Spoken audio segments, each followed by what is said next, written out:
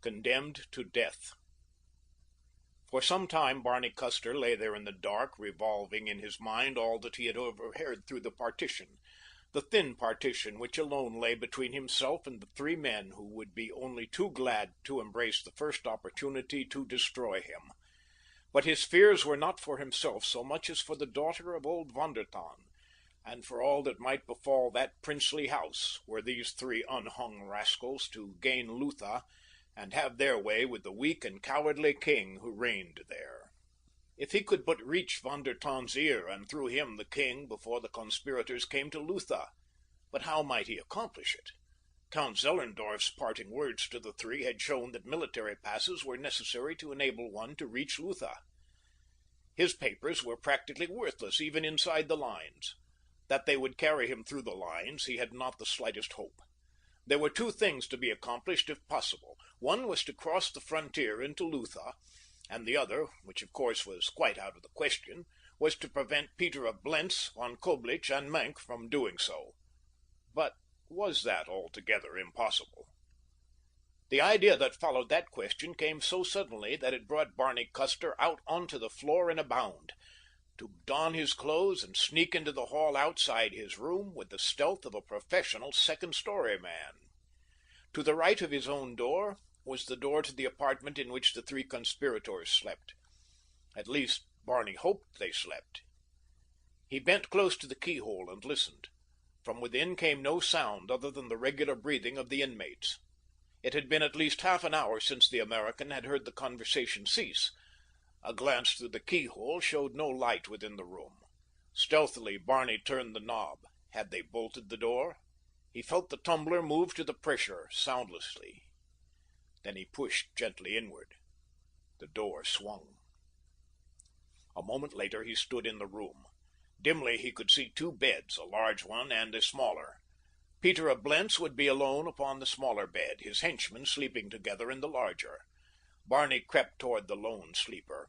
At the bedside he fumbled in the dark, groping for the man's clothing, for the coat, in the breast pocket of which he hoped to find the military pass that might carry him safely out of Austria-Hungary and into Lutha. On the foot of the bed he found some garments. Gingerly he felt them over, seeking the coat. At last he found it.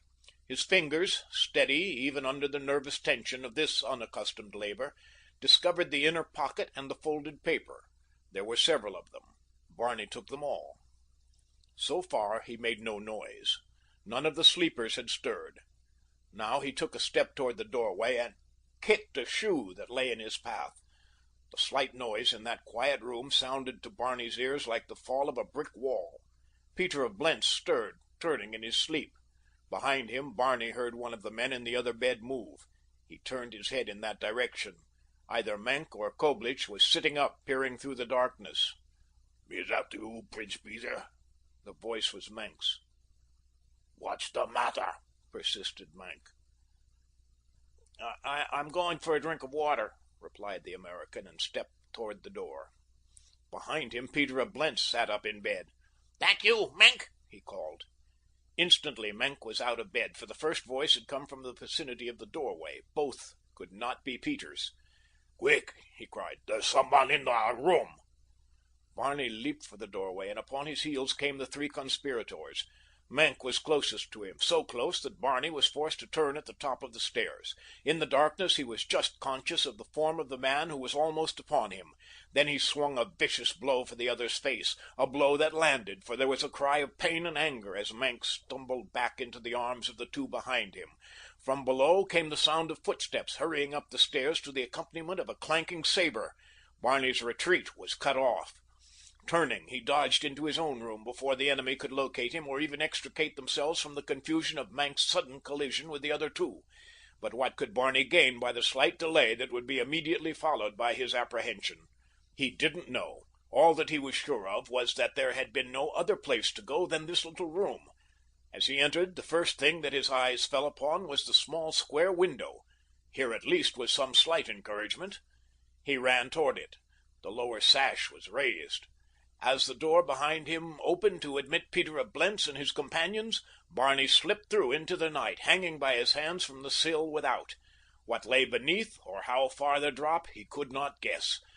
But that certain death menaced him from above he knew from the conversation he had overheard earlier in the evening. For an instant he hung suspended. He heard the men groping about the room. Evidently they were in some fear of the unknown assailant they sought, for they did not move about with undue rashness. Presently one of them struck a light. Barney could see its flare lighten the window casing for an instant. "The room is empty," came a voice from above him. "Look to the window," cried Peter of Blentz, and then Barney Custer let go his hold upon the sill and dropped into the blackness below. His fall was a short one, for the window had been directly over a low shed at the side of the inn. Upon the roof of this the American landed, and from there he dropped to the courtyard without mishap. Glancing up, he saw the heads of 3 men peering from the window of the room he had just quitted. "There he is!" cried one, and instantly the 3 turned back into the room. As Barney fled from the courtyard, he heard the rattle of hasty footsteps upon the rickety stairway of the inn. Choosing an alley rather than a street in which he might run upon soldiers at any moment, he moved quickly yet cautiously away from the inn.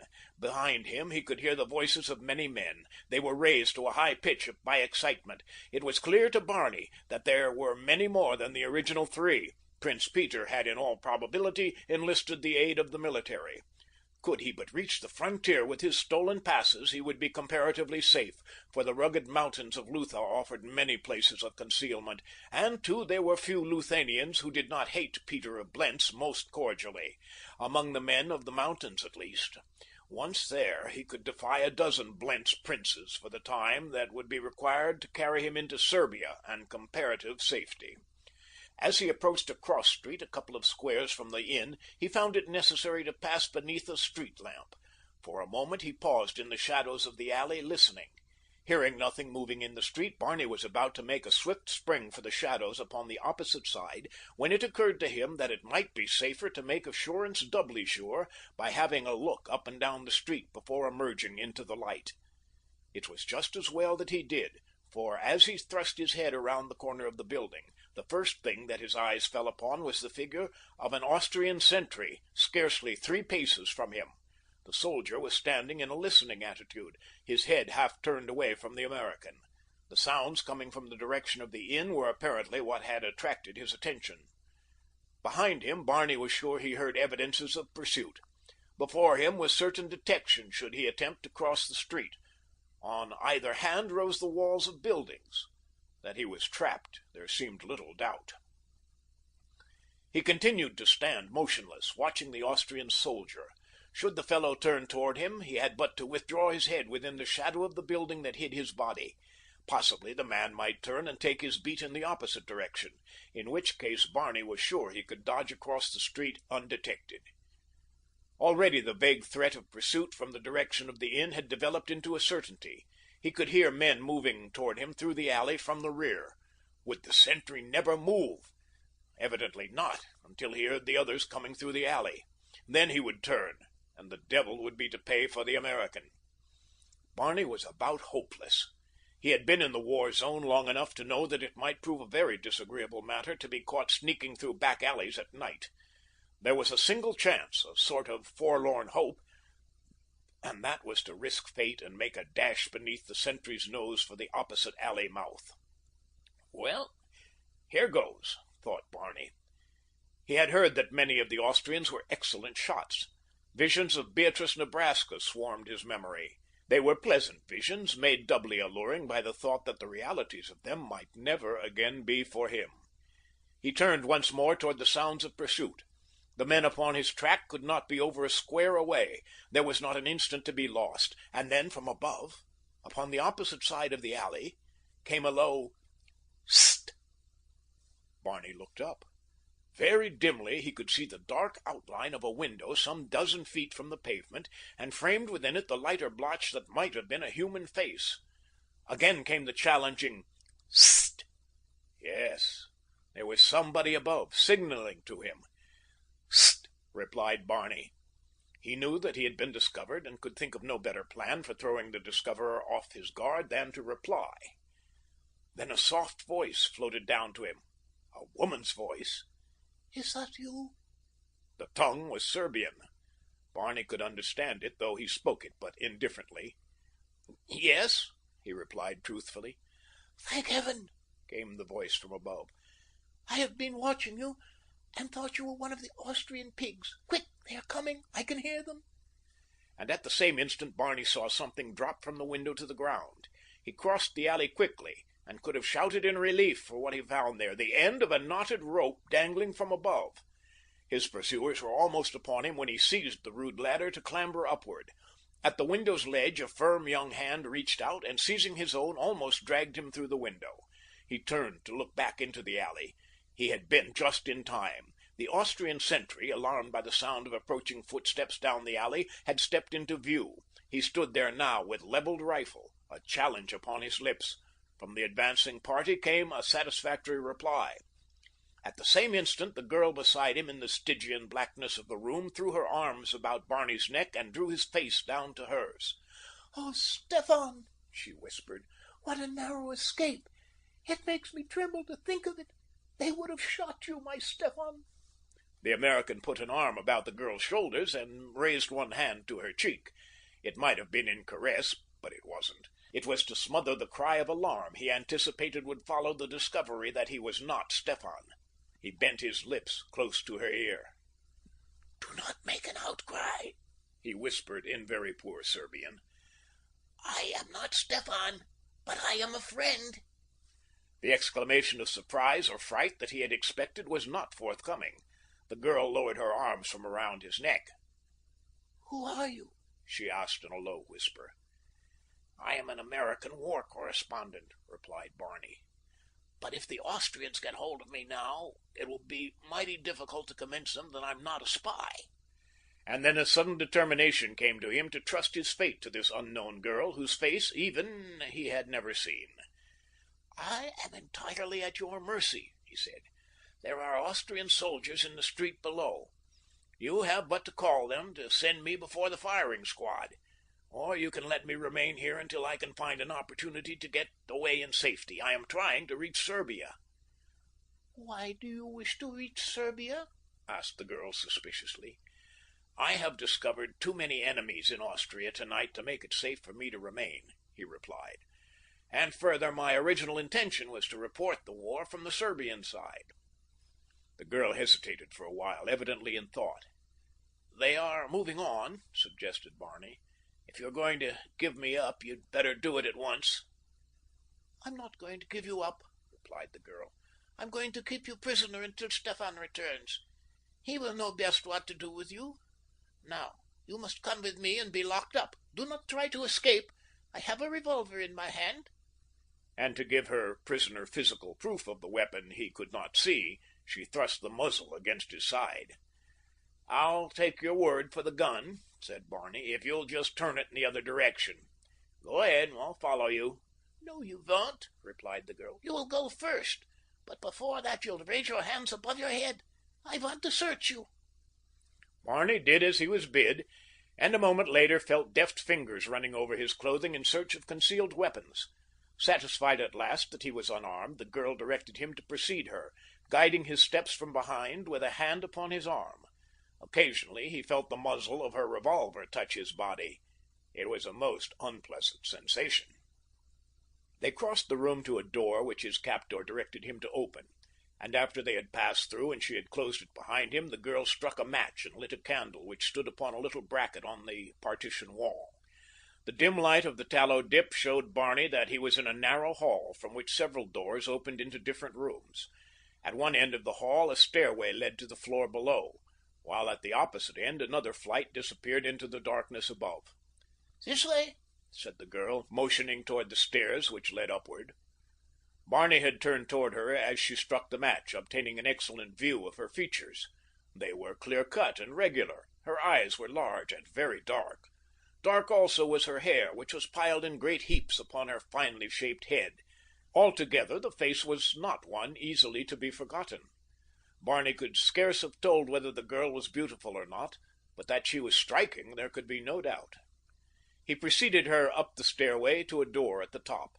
At her direction he turned the knob and entered a small room in which was a cot, an ancient dresser, and a single chair.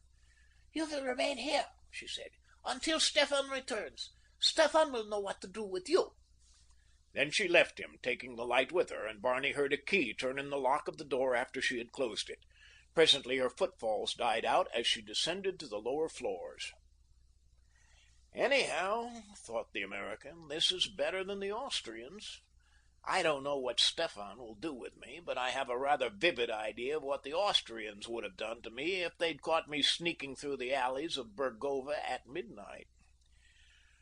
Throwing himself on the cot, Barney was soon asleep, for though his predicament was one that under ordinary circumstances might have made sleep impossible, yet he had so long been without the boon of slumber that tired nature would no longer be denied. When he awoke, it was broad daylight. The sun was pouring in through a skylight in the ceiling of his tiny chamber. Aside from this, there were no windows in the room. The sound of voices came to him with an uncanny distinctness that made it seem that the speakers must be in this very chamber, but a glance about the blank walls convinced him that he was alone. Presently he espied a small opening in the wall at the head of his cot. He rose and examined it. The voices appeared to be coming from it. In fact, they were. The opening was at the top of a narrow shaft that seemed to lead to the basement of the structure, apparently once the shaft of a dumbwaiter or a chute for refuse or soiled clothes. Barney put his ear close to it. The voices that came from below were those of a man and a woman. He heard every word distinctly. "We must search the house, Fräulein," came in the deep voice of the man. "Whom do you seek?" inquired a woman's voice. Barney recognized it as the voice of his captor. "A Serbian spy, Stefan Drontov," replied the man. "Do you know him?" There was a considerable pause on the girl's part before she answered, and then her reply was in such a low voice that Barney could barely hear it. "I do not know him," she said. "There are several men who lodge here. What may this Stefan Drontov look like?" "I have never seen him," replied the officer. "But by arresting all the men in the house, we must get this Stefan also, if he is here." "Oh," cried the girl, a new note in her voice. I guess I know now whom you mean. There's one man here I've heard them call Stefan, though for a moment I had forgotten it. He is in the small attic room at the head of the stairs. Here is a key that will fit the lock. Yes, I am sure that he is Stefan. You will find him there, and it should be easy to take him, for I know that he is unharmed. He told me so last night when he came in." "The devil!" muttered Barney Custer. But whether he referred to his predicament or to the girl, it would be impossible to tell. Already the sound of heavy boots on the stairs announced the coming of men, several of them. Barney heard the rattle of accoutrements, the clank of a scabbard, the scraping of a gun butt against the walls. The Austrians were coming. He looked about. There was no way of escape except the door and the skylight, and the door was impossible. Quickly he tilted the cot against the door, wedging its legs against a crack in the floor that would stop them for a minute or two. Then he wheeled the dresser beneath the skylight, and placing the chair on top of it, scrambled to the seat of the latter. His head was at the height of the skylight. To force the skylight from its frame required but a moment. A key entered the lock of the door from the opposite side and turned. He knew that someone without was pushing. Then he heard an oath and heavy battering upon the panels. A moment later he had drawn himself through the skylight and stood upon the roof of the building. Before him stretched a series of uneven roofs to the end of the street. Barney did not hesitate. He started on a rapid trot toward the adjoining roof. From that he clambered to a higher one beyond. On he went, now leaping narrow courts, now dropping to low sheds, and again clambering to the heights of the higher buildings, until he had come almost to the end of the row. Suddenly, behind him, he heard a hoarse shout, followed by the report of a rifle. With a whir, a bullet flew a few inches above his head. He had gained the last roof, a large, level roof, and at the shot he turned to see how near to him were his pursuers. Fatal turn! Scarce had he taken his eyes from the path ahead than his foot fell upon a glass skylight, and with a loud crash he plunged through amid a shower of broken glass. His fall was a short one. Directly beneath the skylight was a bed, and on the bed a fat Austrian infantry captain. Barney lit upon the pit of the captain's stomach. With a howl of pain, the officer catapulted Barney to the floor. There were 3 other beds in the room, and in each bed 1 or 2 other officers. Before the American could regain his feet, they were all sitting on him, all except the infantry captain. He lay shrieking and cursing in a painful attempt to regain his breath, every atom of which Barney had knocked out of him. The soldiers sitting on Barney alternately beat him and questioned him, interspersing their interrogations with lurid profanities. "If you will get off of me," at last shouted the American, "I shall be glad to explain and apologize." They let him up, scowling ferociously. He had promised to explain, but now that he was confronted by the immediate necessity of an explanation that would prove at all satisfactory as to how he happened to be wandering around the rooftops of Burgova, he discovered that his powers of invention were entirely inadequate. The need for explaining, however, was suddenly removed. A shadow fell upon them from above, and as they glanced up, Barney saw the figure of an officer surrounded by several soldiers looking down upon him.